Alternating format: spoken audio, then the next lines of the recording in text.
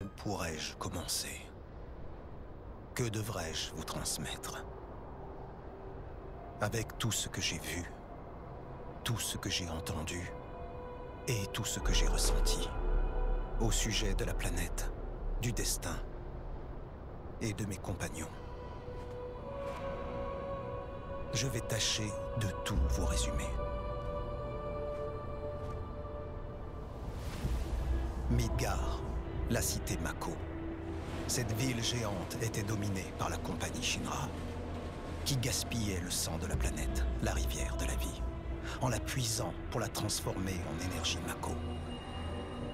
La planète agonisait, mais la plupart des gens n'entendaient pas ces cris de douleur.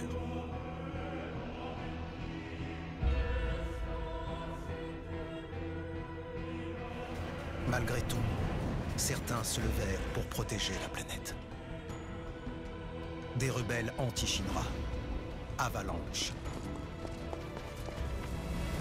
Ils engagèrent Cloud, un mercenaire ex-soldat de la Shinra. Et grâce à son aide, ils firent exploser le réacteur Mako numéro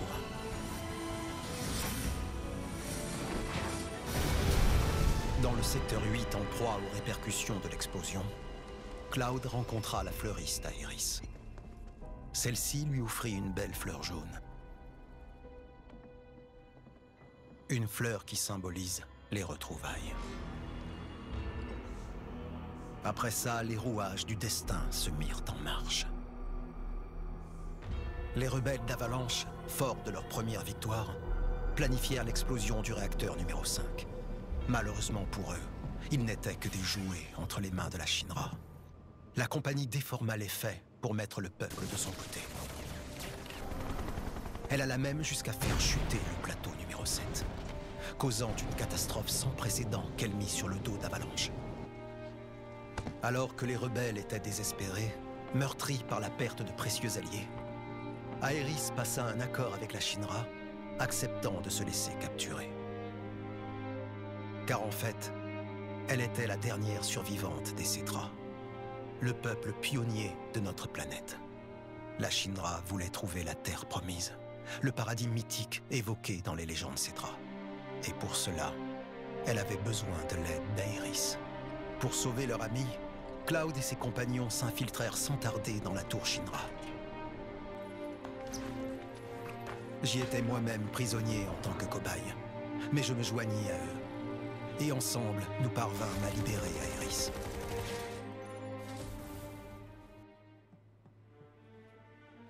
C'est alors qu'apparut devant nous le soldat le plus redoutable de tous les temps. Le héros légendaire, Sephiroth. Supposé mort au combat, ce vieil ennemi s'empara du corps de Genova, l'origine de tous les maux, qui étaient conservés dans un laboratoire secret.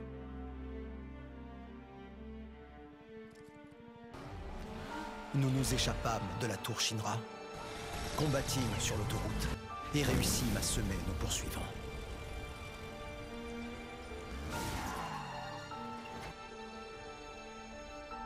Mais Sephiroth apparut de nouveau devant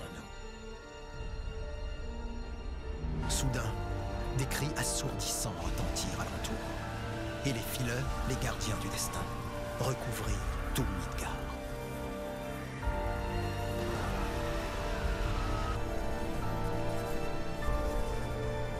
Devant le mur du destin, Aeris nous avertit.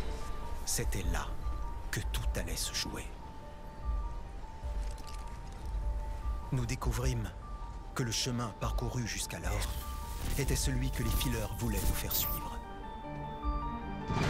Désormais, nous devions décider. Nous franchîmes le seuil du destin et affrontâmes un Sephiroth qui semblait manipuler les fileurs. Quand Cloud abattit son épée porteuse de tous nos espoirs, il nous libéra de nos chaînes. Par cette victoire, nous étions sortis des rails de la destinée. Nous quittâmes alors Midgar, vers une plaine aux espaces enivrants. Et à partir de là, un nouveau voyage débuta en direction de l'inconnu.